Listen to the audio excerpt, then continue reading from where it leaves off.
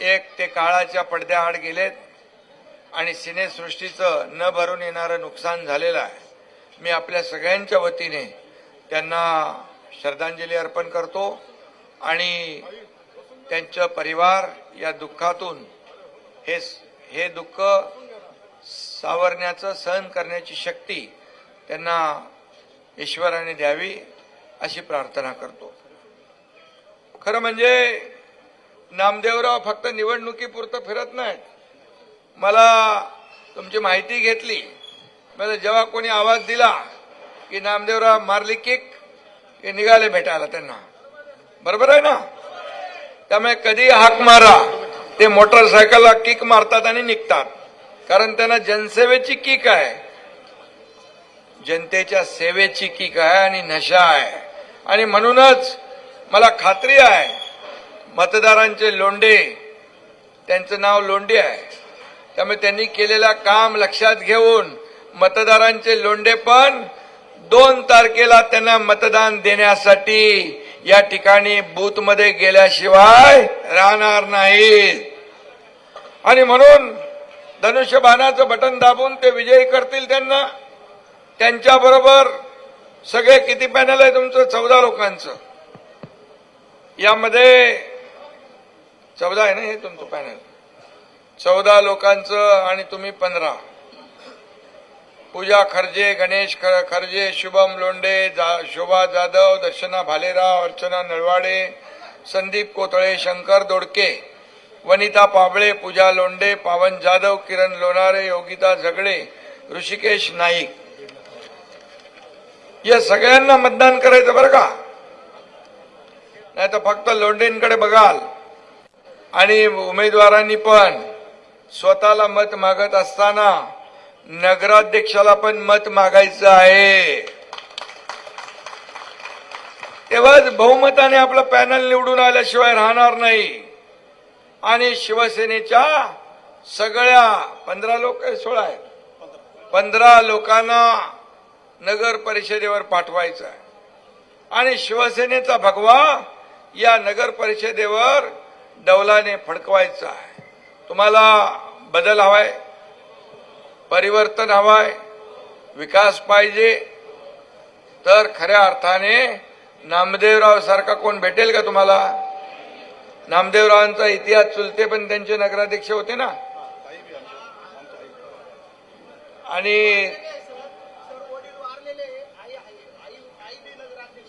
आणि आई पण म्हणजे चुलत्या त्यांच्या नगराध्यक्ष होत्या. त्यामुळे या घराण्याने कायम लोकांची सेवा केलेली आहे. सर्व जातीपातीच्या लोकांना घेऊन या ठिकाणी काम केलेलं आहे. सर्व धर्मियांमध्ये ते लोकप्रिय होते आणि म्हणून त्यांचं काम बोलतंय. आणि म्हणूनच आज नामदेवराव, मी आपल्याला एवढंच सांगतो की माझ्या लाडक्या बहिणी इथं आहेत. या लाडक्या बहिणी मी प्रत्येक सभेत बघतोय. लाडक्या बहिणींची संख्या प्रत्येक सभेत जास्त असते. जिथं लाडक्या बहिणी ज्याच्या मागे उभ्या आहेत त्याचा विजय पक्का आहे. आणि लाडके भाऊ पण आहे इकडे. लाडके भाऊ पण आमच्या लाडक्या बहिणींच्या पाठीशी आहेत. आणि म्हणून लाडके भाऊ, लाडक्या बहिणी, लाडके ज्येष्ठ, इथले लाडके शेतकरी, लाडके मतदार, हे सगळे आपल्या शिवसेनेच्या पॅनलच्या पाठीशी उभे आहेत. इथं लढती डबल आहे, दुरंगी, तिरंगी, चौरंगी, ते काय आपल्याला बघायचं नाही. आपल्याला फक्त एवढंच बघायचंय, शिवसेनेचा भगवा आणि धनुष्यबाण, हेच आपलं लक्ष आहे. आणि म्हणून शिवसेना म्हणजे विकास, शिवसेना म्हणजे विश्वास, आणि शिवसेना म्हणजे एक विचाराने चाललेला पक्ष आहे. आणि म्हणून ही त्रिसूत्रीवर आपण काम करतोय. लाडक्या बहिणींना मी सांगू इच्छितो, मी जेव्हा मुख्यमंत्री होतो 2.5 वर्ष, या महाराष्ट्रामध्ये पायाला भिंगरी लावून हा तुमचा एकनाथ शिंदे फिरला. एकीकडे विकास कामं केली, दुसरीकडे लोकाभिमुख कल्याणकारी योजना केल्या. सगळ्यात कल्याणकारी योजना माझी कुठली आवडती असेल, ती माझी लाडकी बहीण योजना. तेव्हाही लोकांनी विरोध केला. आता केवायसी बिवायसी काय प्रॉब्लेम असेल तर बघून घ्या. आणि तेव्हाही लोकांनी विरोध केला, कोर्टात गेले, म्हणाले चुनावी जुमला आहे, हे काय देणार नाहीत. अरे बाबा, पण मुख्यमंत्री एकनाथ शिंदे होता, दिलेला शब्द पाळणारा मुख्यमंत्री होता, कमिटमेंटला जागणारा मुख्यमंत्री होता. त्यांचे सगळे अडथळे आपण दूर केले आणि लाडकी बहीण योजना सुरू केली. माझ्या लाडक्या बहिणींच्या जीवनामध्ये थोडा का फार होईना हातभार लावण्याचं काम आम्ही केलं. मी एका गरीब कुटुंबातून आलोय, शेतकरी कुटुंबातून आलोय. मला गरिबीची जाण आहे, मला गरिबीची कणव आहे. माझ्या आईची तकतक मी पाहिली आहे, आईची काटकसर पाहिली आहे, माझ्या पत्नीची पण काटकसर पाहिली आहे. आणि मी जेव्हा मुख्यमंत्री झाल्यानंतर मी ठरवलं की माझ्या लाडक्या बहिणींच्या जीवनाला थोडाफार आधार का होईना द्यायचा. आणि मग ही लाडकी बहीण योजना सुरू झाली. आता काही लोक म्हणतात, अफवा पसरवत आहेत विरोधक, लाडकी बहीण योजना आता काय बंद होईल. पण मी तुम्हाला सांगतो, तुमचा हा एकनाथ शिंदे तुमच्या पाठीशी आहे. लाडकी बहीण योजना कधीही बंद होणार नाही.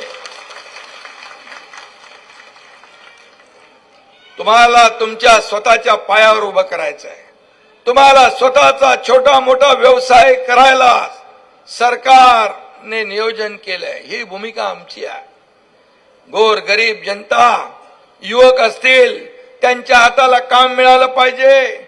ज्येष्ठांसाठी वयोश्री योजना आपण केली, शेतकऱ्यांच्या शेतकरी सन्मान योजना आपण केली, लेक लाडकी लखपती योजना आपण केली, एसटी मध्ये 50% सवलत देण्याचा निर्णय आपण केला. आणि उच्च शिक्षण घेण्यासाठी मुलींना देखील 100% फी मध्ये सवलत देण्याचा निर्णय मी मुख्यमंत्री असताना घेतला. याचं कारण सांगतो. एक दुर्घटना घडली. रात्री 12:30 वाजता टीव्हीवर बातमी पाहिली. एका मुलीने उच्च शिक्षण घेता येत नाही म्हणून आत्महत्या केली. आणि कारण 50% फी आपण सरकार भरत होतो, 50% पालकांनी भरायची होती. आणि जी मुलगी आत्महत्या केली ती इंजिनिअरिंग शिकत होती. तिला वाटलं माझे वडील पैसे भरू शकत नाही आणि ते आत्महत्या करू शकतात, म्हणून तिने स्वतः आत्महत्या करून घेतली. मी सांगतो, त्याच दिवशी रात्री दुसऱ्या दिवशी आम्ही निर्णय घेतला, कॅबिनेटमध्ये प्रस्ताव मागवला आणि 50%चे 100% फी मध्ये सवलत देण्याचा निर्णय आपल्या सरकारने घेतला. कशासाठी सरकार आहे? कशासाठी आहे? सर्वसामान्य माणसासाठी हे सरकार आहे. आणि मग या राज्यात शिक्षणासाठी या आपल्या मुली आत्महत्या करत असतील तर त्या सरकारचा काय उपयोग, म्हणून आम्ही तो निर्णय घेतला. असे अनेक निर्णय घेतले, अनेक विकासाची कामं आपण केली आहेत. आणि म्हणून नामदेवरावांसारखा एक सच्चा माणूस तुम्हाला उमेदवार म्हणून आम्ही दिलेला आहे. आणि म्हणून एक सर्वसामान्य माणूस, कधीही कुठेही भेटणारा, कुणाच्याही मदतीला धावून जाणारा, कधी रात्र बघत नाही, दिवस बघत नाही, कुठलाही जात पात धर्म न बघता नामदेवराव मदत. इकडे तिकडे काय बघता, तिकडे बघा. मतदार आहेत नाही आपले सगळे. नामदेवराव बघा, एकदम साधा माणूस आहे. साधाच पाहिजे ना आपल्याला, का हुशार पाहिजे? साधा एकदम. आणि बाकी लोकांसारखं काय त्यांच्याकडे ते चक्कपंजे नाहीत. आपला मोटरसायकलवाला माणूस आहे, त्यामुळे मोटरसायकल कुठं पण गल्ली बळात घुसते ना, त्यामुळे ते फायद्याची आहे. आणि म्हणून दादा भुसे पण इथं आहेत, ते देखील या ठिकाणी लक्ष ठेवून आहेत. आपली सगळी टीम इथं उपस्थित आहे. या सगळ्यांना मी एवढंच सांगतो की आपल्याला लढायचं आहे आणि जिंकायचं आहे. अगोदर काहीतरी वेगळी गणित होती का चालू युतीचं वगैरे, पण मग नंतर गडबड झाली. युती तोडली माझ्याकडे.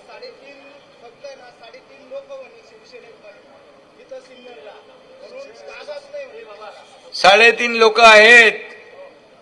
का हे कितीची आहे, ही किती हजाराची आहे नगरपालिका?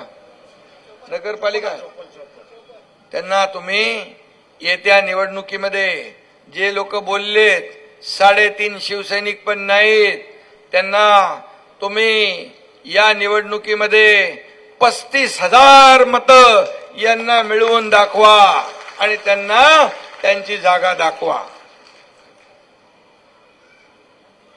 आणि मला वाटतं की एवढा मोठा जनसमुदाय इथं उपस्थित आहे, सगळे मतदार आहेत आणि या सगळ्या तुम्ही लोकांनी ठरवलं तर विरोधकांचं डिपॉझिट गुल झाल्याशिवाय राहणार नाही, अशा प्रकारचं काम आपल्याला करायचं आहे. आणि म्हणून कोणी पण येऊ दे, आता आमचा पेलवान कुस्तीला उतरलेला आहे आणि कुठला डाव कधी टाकायचा ते त्यांना माहिती आहे. आणि म्हणून चारी मुंड्या चित विरोधकांना करण्याची संधी तुमच्याकडे आलेली आहे. आता मला सांगा, विकास झालाय का इथं? विकास झालाय? या ठिकाणी आपल्याला विकास पाहिजे ना, रस्ते चांगले पाहिजेत ना. मी आपल्याला सांगतो, मी मुख्यमंत्री असताना या नगर परिषदेसाठी वैशिष्ट्यपूर्ण रस्त्यांसाठी 32 कोटी दिलेत. जिल्हा नियोजन समितीमधून रस्त्याचं कॉन्क्रिटीकरण, पाईप गटार योजनेसाठी अमृत 2 मधून पाणी पुरवठा योजना आपली प्रगतीपथावर आहे. नगर विकास मंत्री मी आहे, त्यामुळे टेन्शन घेऊ नका. नगरपालिका, नगरपंचायती माझ्याकडे आहेत, त्यामुळे कोणी किती आवाज केला तरी सुद्धा आवाज फक्त एकनाथ शिंदेचाच चालेल. आणि म्हणून जी काही कामं, भुयारी गटार योजना, त्याचा डीपीआर तयार आहे. नगरपालिकेच्या ताब्यात जागा नसल्याने जागेसाठी देखील काहीतरी आपलं काम थांबलंय. नगरोत्थानमधून 5 कोटी रुपये, नागरी दलितेतर योजनेतून 2.5 कोटी असा निधी दिलाय. त्याचं जे काही आपल्याला श्रेय घ्यायचं नाही, पण काम आपण करून घेऊया. आणि म्हणून या ठिकाणी अमृत 2 मधून 23 कोटी रुपये निधी पाणी पुरवठा योजनेसाठी मंजूर झालेला आहे. आणि या ठिकाणी सोलार सिस्टीमसाठी आपण त्यालाही मान्यता दिली आहे.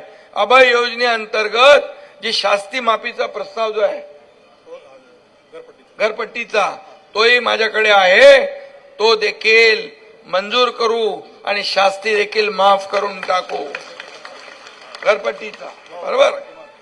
त्यामुळे या ठिकाणी विकासाची योजना, विकासाची गंगा आपल्याला आणायची आहे. परिवर्तन या ठिकाणी घडवायचं आहे. चांगले रस्ते, दिवाबत्ती, दररोज पिण्याला स्वच्छ पाणी, उद्यान, आरोग्य व्यवस्था, शाळा, हे सगळं पाहिजे. हे आपला अधिकार आहे आणि तो अधिकार आपल्याला मिळालाच पाहिजे. आणि तो अधिकार मिळवून देण्यासाठी तुम्हाला शिवसेना आणि नामदेवराव त्यांचं पॅनल आपल्याला हे मिळवून दिल्याशिवाय राहणार नाही. यामध्ये पाणी पुरवठा योजना आहे, सरस्वती नदीचं सुशोभीकरण आहे, हे करायचंय ना. इलेक्ट्रिक लाईन अंडरग्राऊंड करायची आहेत आणि रोजगार निर्मिती करायची आहे. सर्व समाजांना, सर्व लोकांना पुढे घेऊन जाणार आहे नामदेवराव आहेत. आणि हे नामदेव आहेत आणि मी एकनाथ आहे. आता नामदेवच्या मत्तीला एकनाथ आलेला आहे, त्यामुळे चिंता करायची नाही. मोटरसायकलवर ते फिरतात आणि जिथं कोणी हात दाखवला की थांबतात आणि त्याचं काम करतात. असं भेटेल का कोण नगराध्यक्ष? असं भेटेल का? आणि म्हणून एक सर्वसामान्य गोर गरिबांची मदत करणारा हा कार्यकर्ता आपल्याला नगराध्यक्ष म्हणून या ठिकाणी मिळणार आहे. आणि अनुभव आहे, त्यांना कामाची कल्पना आहे, विकासाची कल्पना आहे. आणि म्हणून मी आपल्याला एवढंच सांगतो की या भागामधला विकास करायचा असेल तर यापूर्वीचं जे काय असेल नसेल ते जाऊ दे, पण आपल्याला एक नवीन इतिहास घडवा. या ठिकाणी शिवसेना आणि धनुष्यबाण निशाणी या ठिकाणी विजयी करा. आणि येत्या 2 तारखेला आपल्या माझ्या लाडक्या बहिणींना मी एकच सांगतो, बघा तुम्ही जे सांगितलं, या महाराष्ट्रातल्या जनतेने जे मागितलं ते या एकनाथ शिंदेने देण्याचं काम केलेलं आहे. दोन्ही हाताने दिलेलं आहे. हा एकनाथ शिंदे देणार आहे. हा घेणारा नाही. आणि म्हणून मी तुमच्याकडे एक विनंती करायला आलोय की तुम्ही या सिन्नरच्या विकासासाठी, या सिन्नरचा कायापालट करण्यासाठी मला फक्त आणि फक्त या ठिकाणी 2 तारखेला नामदेवराव नगराध्यक्ष म्हणून आणि त्यांचे सर्व 15 लोक नगरसेवक म्हणून निवडून देणार. सगळ्यांनी मला हात वरती करून मला सांगा. सगळे मतदार आहेत आणि हे स्वतः आपल्या नामदेवरावांच्या शिवसेनेच्या प्रेमापोटी आलेत. हे इकडून तिकडून वडून ताणून आणलेले नाहीत. आणि म्हणून एवढ्या लोकांनी ठरवलं ना तर सगळ्यांचं डिपॉझिट गुल झाल्याशिवाय राहणार नाही, हा विश्वास या ठिकाणी व्यक्त करतो. पुन्हा एकदा नामदेवराव आणि त्यांच्या टीमचं मनापासून मी अभिनंदन करतो. करू ना, यांचं अभिनंदन करू ना. तुमच्या भरोश्यावर तुम्ही मतदार आहात, पण तुम्हाला मी शब्द देऊन जातो. साहेब दत्तकच घेऊ नका. घरपट्टी बोललो सिन्नर दत्तक आणि सिन्नर म्हणतात दत्तक घ्या.